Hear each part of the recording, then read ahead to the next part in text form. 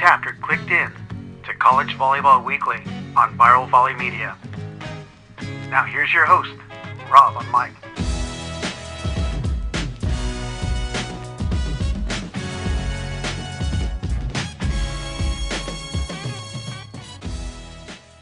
Good day, everyone, and welcome to College Volleyball Weekly Beach Top 20, episode 271 off the top of my head. I think that's right, but you may recognize the other face on the screen.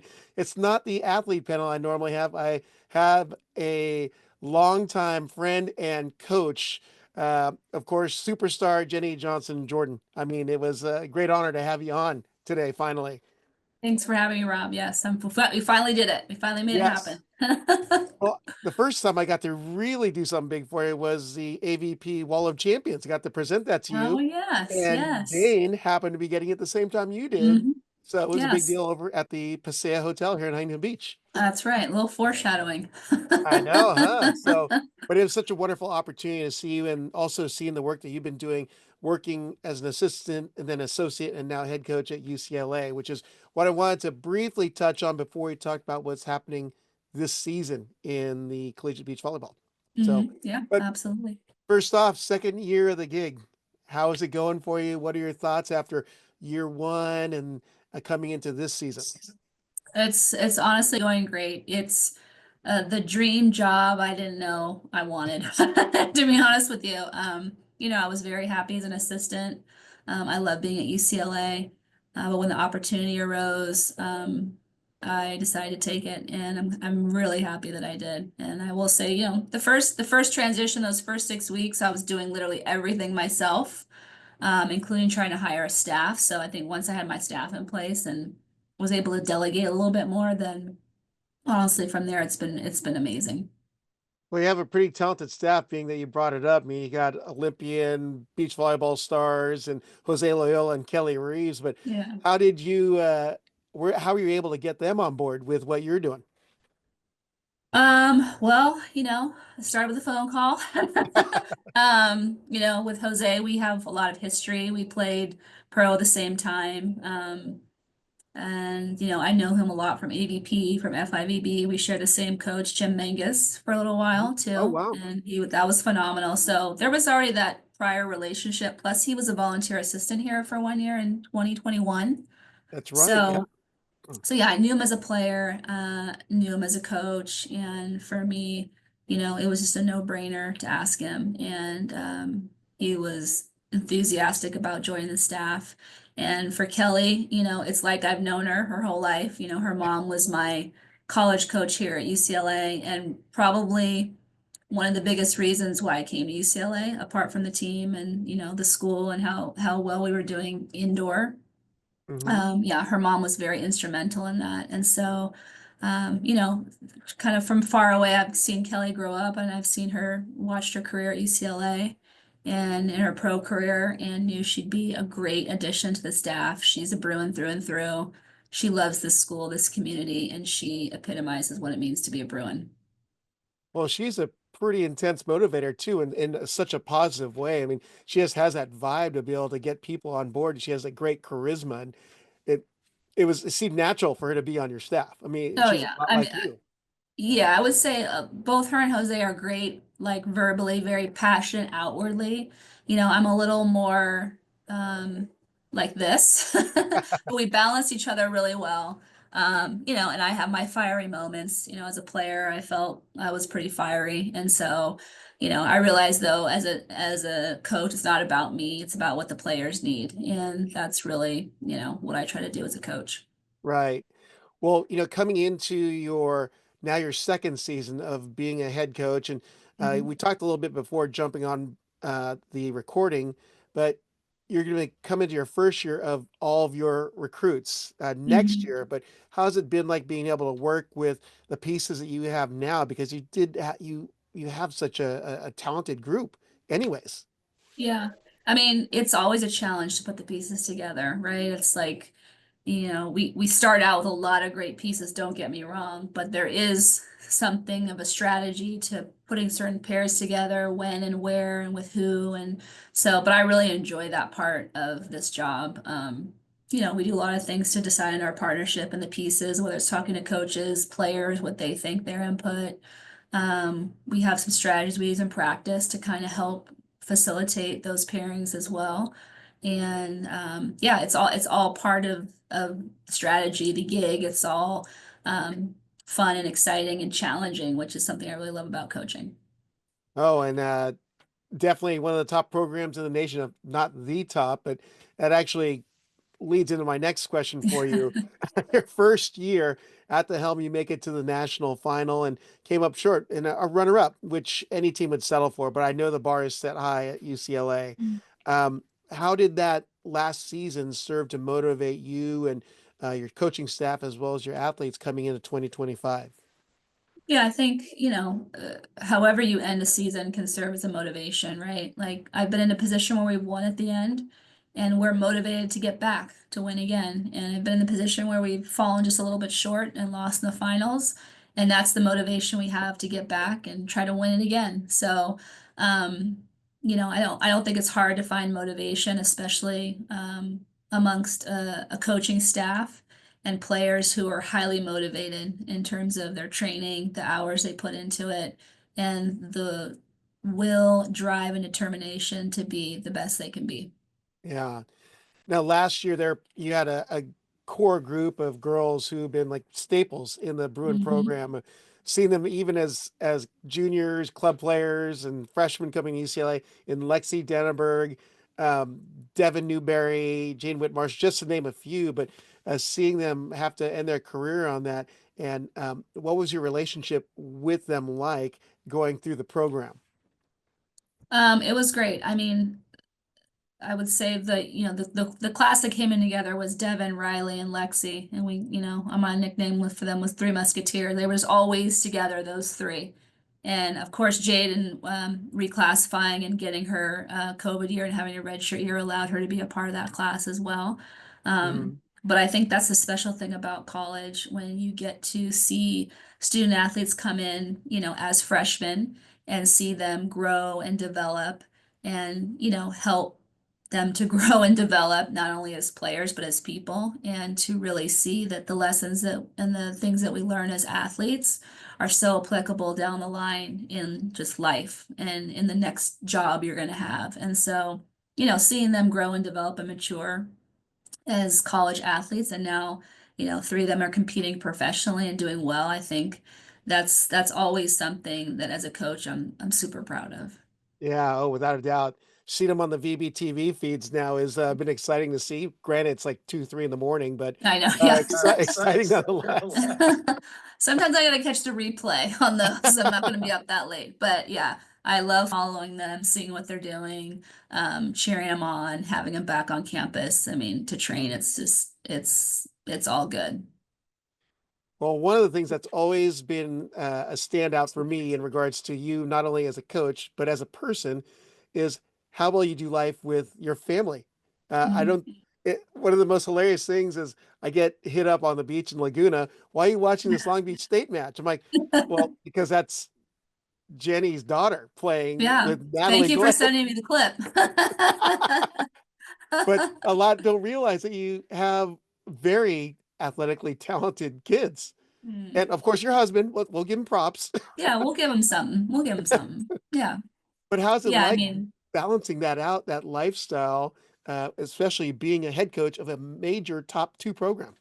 yeah, I think, I never do it perfectly, but I really try to have balance. I try to be present where I am. And, my family is other than God is the most important thing to me. And so for me, I'm thankful that they're close, that I have the opportunity to see them as often as I do. And I'm also thankful for the fact that, Jaylen and I cross paths a lot during season over beach. And, that one day you were talking about, we weren't actually competing that day. But, if it's possible for me to, if we're off and I can sneak over to her court and watch, I absolutely will. And I'm her biggest fan and love watching her play and, learning the sport that I've loved for so long and just love being a part of.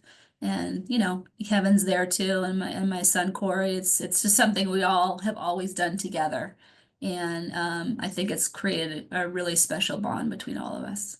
Yeah, well, I was hoping to get the Jenny Johnson Jordan in the Long Beach State sweatshirt at one point, Uh, but I'm pretty sure Mike's got a picture of me with a hat on, you know. So that was from last year when I just showed up to watch just Jaylen play and then leave. But yeah, it's, family first. And, I'll always be her biggest supporter no matter where she is. That's amazing. I got to actually, well, I really didn't get to see you the previous weekend at the Best in the West in Laguna Beach Hmm. because all of UCLA's matches were scheduled later in the day and we were running behind because of so many upsets that weekend. Yeah, But it was a great weekend for the Bruins, and it seems like right now you've got the girls all functioning optimally, or they're winning. So, yeah. comment on what's happening on your side right now. I mean, I will say, I'll go on and say that I think we have one of the toughest schedules in the country. I mean, we don't really take many weekends off. We play the top teams almost every weekend. So, I think that's been helpful for us in terms of being ready to play at a high level at the end of the season. But it's a tough thing to do. Yeah, I'm asking a lot of them, but I know they're up for it.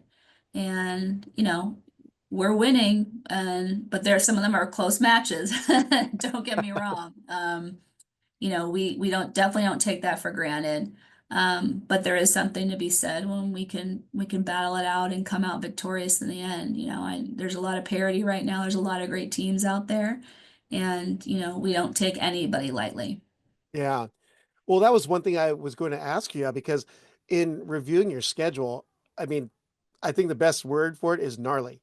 I mean, because Hmm. you have East versus West, then you're at the best in the West, and then you were at Center of Effort Challenge, which had all 8 teams in the top 12.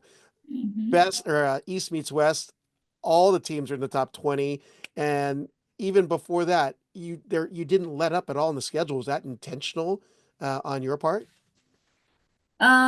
Yeah, it is. Like I said, I know it's asking a lot of the student athletes on our team, but I think they're up for it. And they've shown day in and day out how committed they are to the process, not only of getting better, but of being challenged in that way by playing tough teams every single weekend.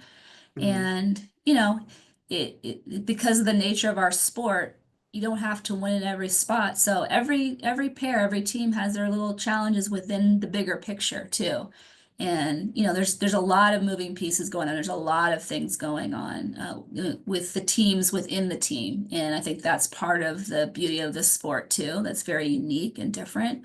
And so you might have some weeks where pairs are just knocking it out of the park, and other times where that pair might be struggling the next week. But I love the nature of our sport and how it's really about the team having each other's backs. And so if I have a rough weekend, it doesn't always mean as a player that it's going to equate in a loss for the whole team. It means that my Mhm. teammates are now going to step up and have my back and, try to cover what maybe I missed the mark a little bit on that weekend. So I love that about the sport. And I think it's a great way to show trust in your teammates and belief in your teammates.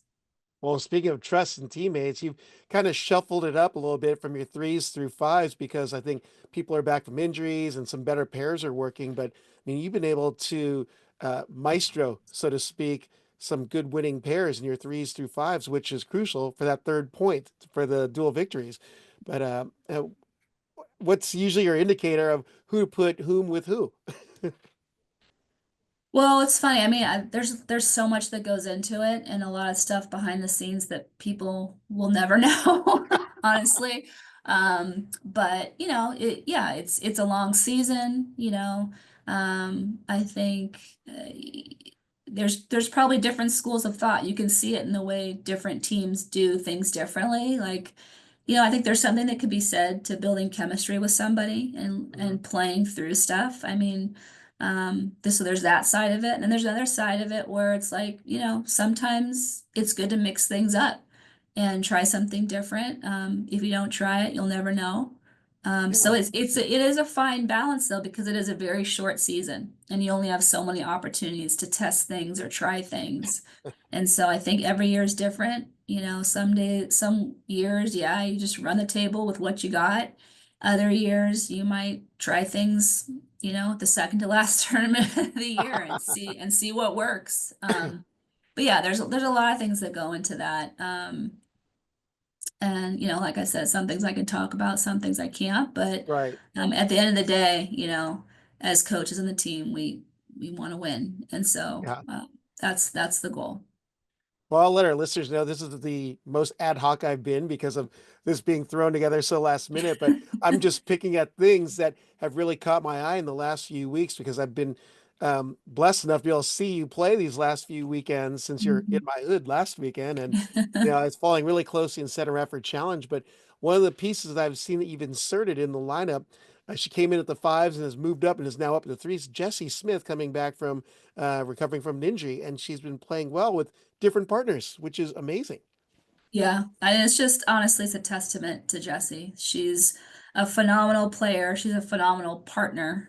She makes anyone better who plays with her, not only because of her presence on the court and how supportive she is, but just because of her skill level. She can do a lot of things really well. And it's funny, we were just talking today in the office about her being a senior and getting emotional about that because, she's really going to be missed in this program. And she really can play a lot of different parts for a lot of different people, which makes you a really great beach volleyball player, honestly. And that's exactly Yeah. what she is. Well, jumping on up to your twos, they've been so solid since the get-go. Natalie Miskowski and Perry Brennan. I'm Mhm. going to guess that you expected this from them this season, but I know they want to have a unblemished record, so they're probably saying we're not good enough. Yeah. Yeah, no, they work really hard in practice. We saw glimpses of what the future could be with them in the summertime. They played some AVP tournaments and had some success there. And their games complement each other really well.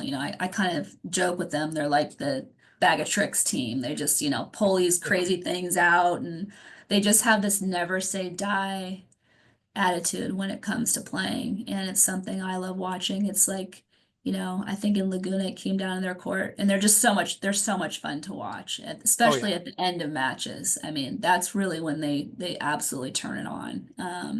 And Perry's just such a scrappy defender and Nat is such a smart and detailed blocker and has a lot of tricks up her sleeves and so they're fun to watch. They match well together, and yes, they've had a lot of success the twos, but I know they're not done yet.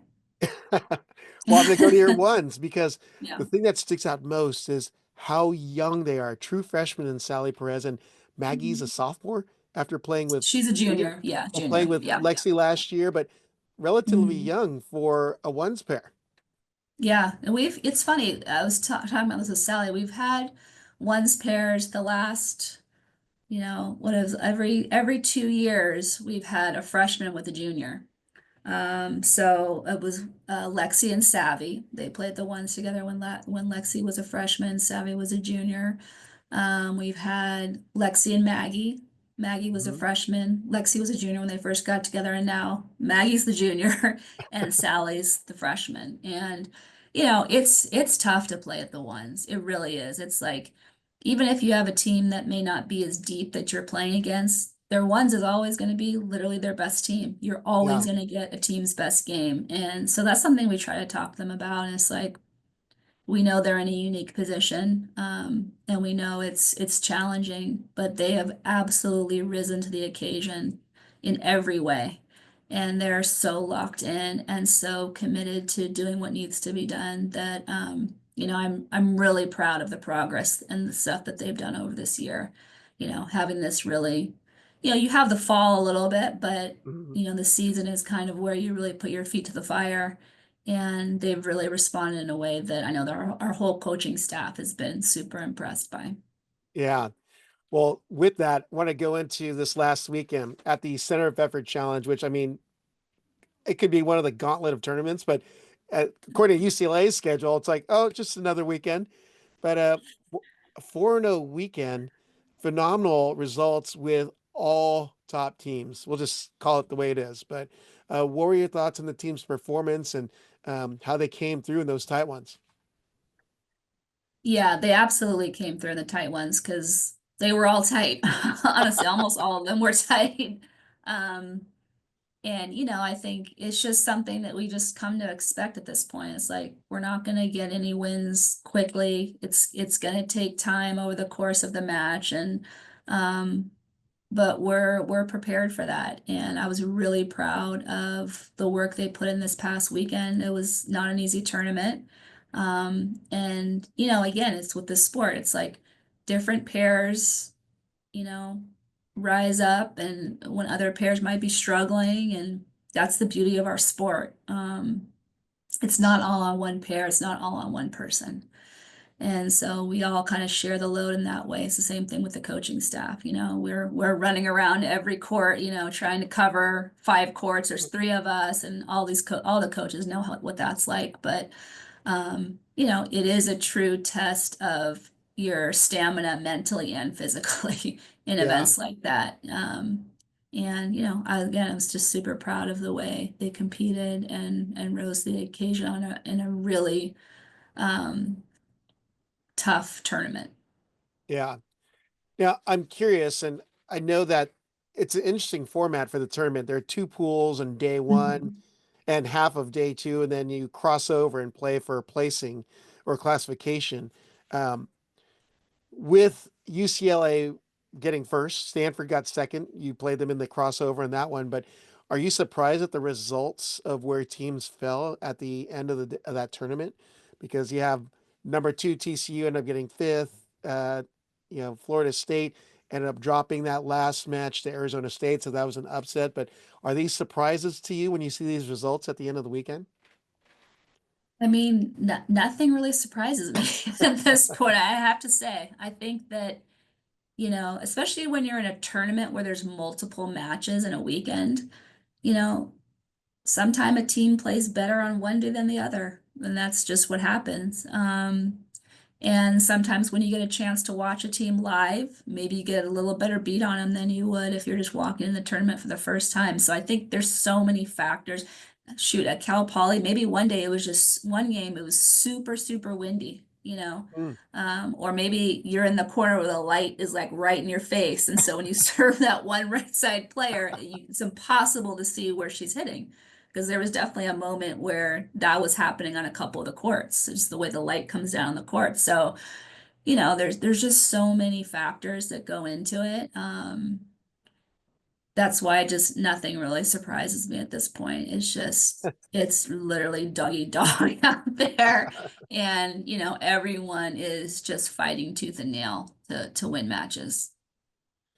Well, the AVCA poll came out literally right before we jumped on here, and I thought your response was awesome. Oh, it did? Oh, where are we at? I never look. Yeah. But Yeah. The only time I find out what we're ranked is if somebody tells me. So, okay, well, I'm glad I got to tell you. But yeah. so for all you listening, watching, UCLA moved into the number one spot after TCU drops back down to two. But hot on their tails, Stanford moved up to three. LMU still hanging in the top five. USC moved up to five. Cal Poly was at three. They dropped back to six. And then rounding out with Texas, Florida State, Cal, and then Long Beach State at 10. Um, polls don't matter. We agreed on that. It can happen. Anything can happen on any given Mhm. weekend.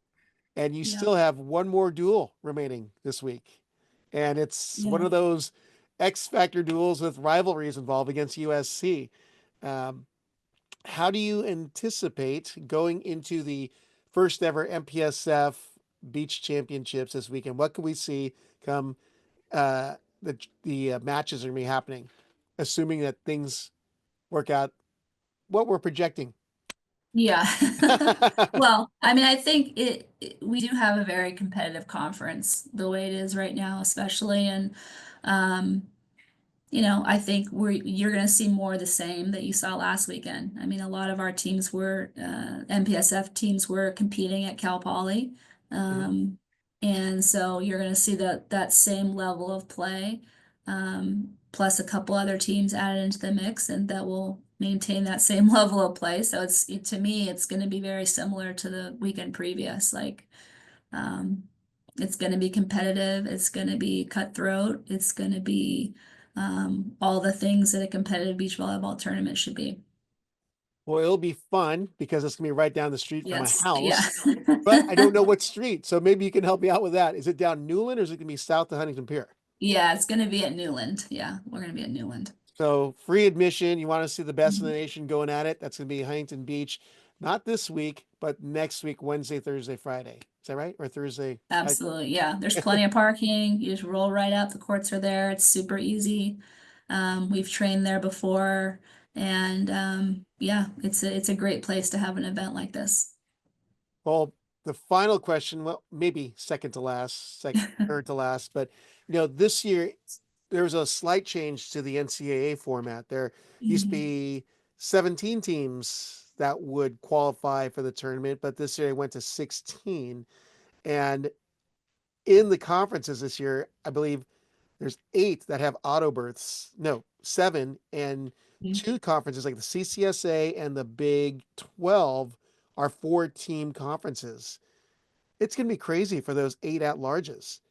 Um, there's going to be some snubs going on this season, particularly, I feel.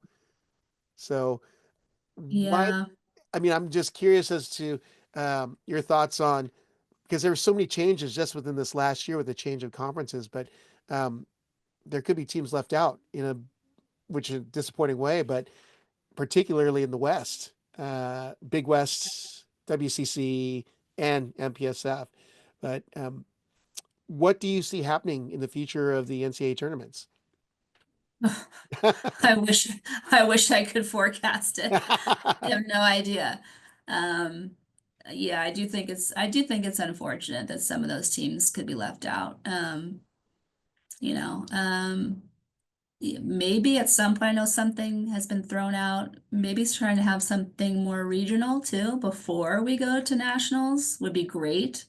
Mhm. I think it's a way to include more teams in the process before we get to the 16 um, at Gulf Shores. But again, I haven't given that much thought to it. I know that's something that has been talked about by some of the coaches. Mhm. How that plays itself out and what it looks like. Uh, Right. we don't know, but I do know that, it is a special event at nationals. Um, it's unlike any other beach event in the country. And I think that, I know more teams would like to be a part of it. So what that looks like in terms of regionals or whatever, I don't know. But Yeah.